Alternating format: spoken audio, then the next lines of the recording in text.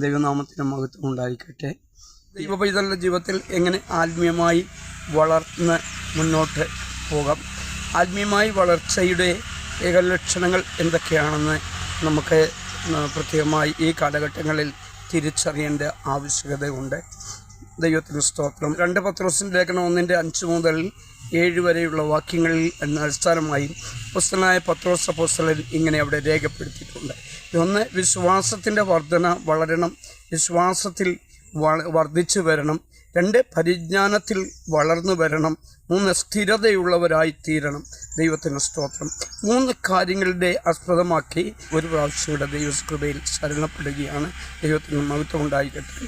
ദൈവത്തിന് സ്തോത്രം. 1. നമ്മുടെ വിശ്വാസം ആണ് ഏറ്റവും ഒരു ദൈവപൈതലിൻ്റെ ജീവിതത്തിൽ ദൈവികമായ നിലയിൽ വളർച്ചയുടെ ഏറ്റവും മൂല്യം എന്ന് പറയുന്നത് വിശ്വാസത്തിൻ്റെ ആഴമാണ്. വിശ്വാസത്തിൻ്റെ ആഴം അബ്രഹാമിനെക്കുറിച്ച് പഠിക്കുമ്പോൾ അബ്രഹാമിന് മക്കളില്ലാതെ ഇങ്ങനെ ഭാരപ്പെട്ട്, എന്നാൽ അബ്രഹാം വിശ്വാസത്തിൽ ശക്തിപ്പെടുവാൻ ഇടവന്ന്. അവിശ്വാസം എന്ന് പറയുന്നത് ചിന്തകൾ കൊണ്ട് കടന്നു വരുന്നതാണ്, ഓടി വരുന്നതാണ്. വിശ്വാസത്തിൻ്റെ വിപരീതം ആണെങ്കിൽ പോലും അതിനെ അബ്രഹാം ജയമെടുത്ത് ആ പ്രാർത്ഥനയിൽ കൂടെ ജയിച്ചെടുക്കുവാൻ ഇടവന്ന്. അങ്ങനെ അബ്രഹാം വിശ്വാസത്തിൽ നാൾക്കുനാൾ ശക്തിപ്പെട്ടപ്പോൾ അബ്രഹാമിൻ്റെ വിശ്വാസം വർദ്ധിച്ചു വരുവാൻ ഇടവന്നു.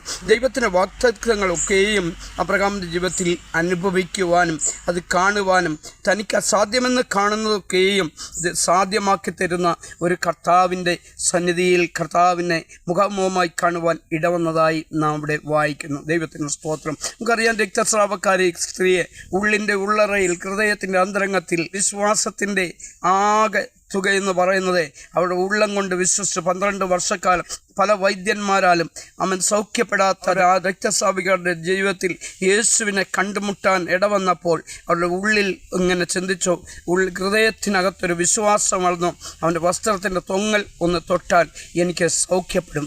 എന്താ ആ വിശ്വാസത്തിൻ്റെ ആഴം എന്ന് പറയുന്നത്? ഹൃദയത്തിൻ്റെ ആഴങ്ങളിൽ നിന്ന് ഉണ്ടാകുന്നതാണ്. ദൈവത്തിന് സ്തോത്രം.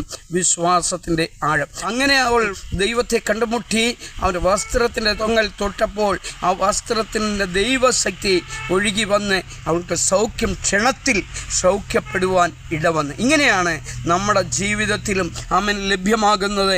നമ്മുടെ വിശ്വാസത്തിൻ്റെ ഒരു ദൈവപൈതലിനെ സംബന്ധിച്ചിടത്തോളം വിശ്വാസത്തിൻ്റെ വർധന ഉണ്ടെങ്കിൽ മാത്രമേ നമുക്ക് ആത്മീയമായി വളർന്ന് അത് മുന്നോട്ട് പോകുവാൻ കഴിയത്തുള്ളൂ.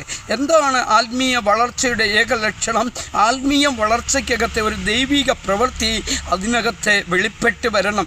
ദൈവിക പ്രവൃത്തി വെളിപ്പെട്ട് വരണമെങ്കിൽ മാനുഷികമാകുന്ന എല്ലാ കണക്കൂട്ടലുകളും മാനുഷികമാകുന്ന ചിന്തകളും വിട്ടുകളഞ്ഞിട്ട് ഉയരത്തിലുള്ളതും തന്നെ ചിന്തിച്ച് ഉയരത്തിലുള്ളത് അന്വേഷിച്ച് കഴിയുമ്പോൾ ദൈവത്തെ മുഖാമുഖം കണ്ടു കഴിയുമ്പോൾ ദൈവത്തിന് സ്തോത്രം, ദൈവത്തിൻ്റെ പരിശുദ്ധാത്മാവാണ് നമ്മുടെ വിശ്വാസത്തെ വർദ്ധിപ്പിക്കുവാൻ ഇടവരുന്നത്. ദൈവത്തിന് സ്തോത്രം.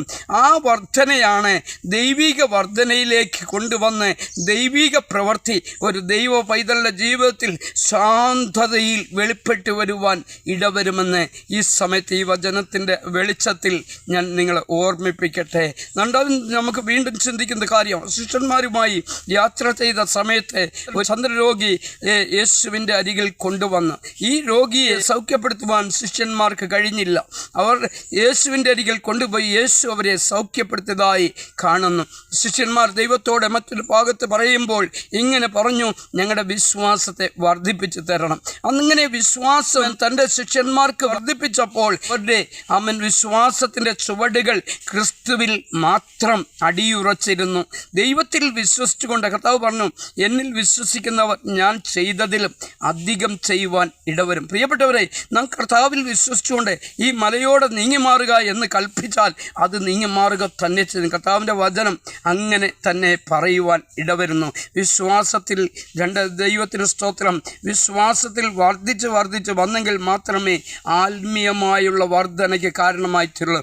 അപ്പോസ്തലന്മാർ ഏക മനസ്സോടും പ്രാർത്ഥിച്ച് അവരുടെ സുവിശേഷീകരണത്തിൻ്റെ ദിനം തോറും നല്ല പ്രവൃത്തികൾ അവർ കാണുവാൻ ഇടവന്ന് അവർ ആ എണ്ണത്തിൽ വർധനയുണ്ടാകുവാൻ ഇടവന്ന് ആത്മാക്കൾ വർദ്ധിച്ചു വരുന്നത് വിശ്വാസത്തിൻ്റെ ആകച്ചുവട് ഹൃദയത്തിലൂടെയാണ്. വിശ്വാസത്താൽ നാം വാക്കുകൾ കൊണ്ട് വിളിച്ചു പറയുമ്പോൾ തന്നെ അത് ഹൃദയത്തിനകത്തുനിന്ന് ആമേൻ പൊട്ടി പുറപ്പെട്ട് വിശ്വാസത്തിൻ്റെ ആഴങ്ങളിൽ നിന്ന് ഒരു ദൈവപ്രവൃത്തി വെളിപ്പെടുവാൻ ഇടവരും.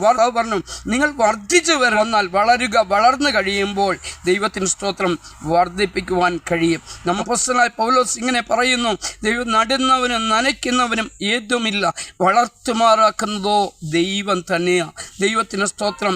ഒരുവൻ നട്ടു, മറ്റൊരുത്തൻ നനച്ചു, വളർത്തുമാറാക്കിയതോ ദൈവമാണ്. ദൈവത്തിന് സ്തോത്രം. കാരണക്കാരൻ ദൈവം തന്നെയാണ്. അമ്മൻ പ്രിയപ്പെട്ടവരെ, നമ്മളെ വളർത്തിയെടുക്കുന്നത് ദൈവത്തിൻ്റെ പരിശുദ്ധാത്മാവാണ്. ദൈവത്തിൻ്റെ പരിശുദ്ധാത്മാവ് നമ്മെ വളർത്തുവാൻ നമ്മളെ തന്നെ ഏൽപ്പിച്ചു കൊടുത്ത് പ്രാർത്ഥിക്കുമെങ്കിൽ മാത്രമേ നമ്മുടെ ജീവിതത്തിൽ ഒരു ദൈവിക വളർച്ചയിൽ മുന്നോട്ട് പോകുവാൻ സാധിക്കൂ. ഈ കാലഘട്ടങ്ങളിൽ ഒരു ആത്മീയ വളർച്ച ഒരു ദൈവ പൈതലിൻ്റെ ജീവിതത്തിൽ ആവശ്യമാണ്. ആത്മീയമായി എങ്ങനെ വളരാം? ദിനംതോറും പ്രാർത്ഥിക്കുകയും ദൈവശബ്ദം കേൾക്കുകയും പരിശുദ്ധാത്മാവിന് നമ്മെ വളർത്തിയെടുക്കുവാൻ വിട്ടുകൊടുക്കുകയും ചെയ്യുമ്പോൾ ഒരു ദൈവ പൈതലിൻ്റെ ജീവിതത്തിൽ ആത്മീയമായി അവർ വളർന്നു വരുന്ന ഒന്നിനും കുറവില്ലാത്ത കൃപാവരങ്ങളാൽ അവരെ നിറച്ച് അവരെ ആത്മീയ നിറവുകളാൽ, ക്രിസ്തുവിൻ്റെ എല്ലാ നിറവുകളാലും അവരെ അനുഗ്രഹിക്കപ്പെടുവാൻ ഇടവരും. രണ്ട്, സ്ഥിരത പ്രാപിക്കണം. നമ്മുടെ ജീവിതത്തിൽ ആത്മീയമായ സ്ഥിരത എന്ന് പറയുന്നതോ ദൈവ പൈതലും പ്രാർത്ഥിക്കേണ്ട പ്രാർത്ഥനയുടെ ഒരു ഭാഗമാണ്. ദാവീദ് ഇങ്ങനെ പ്രാർത്ഥിച്ച് 81-ാം സങ്കീർത്തനം നമ്മളിങ്ങനെ വായിക്കുന്നു, ദൈവമേ സ്ഥിരമായൊരു ഹൃദയം എന്നിൽ സൃഷ്ടിച്ച് സ്ഥിരതയുള്ളൊരു ആത്മാവിനാൽ വയ്ക്കണമേ.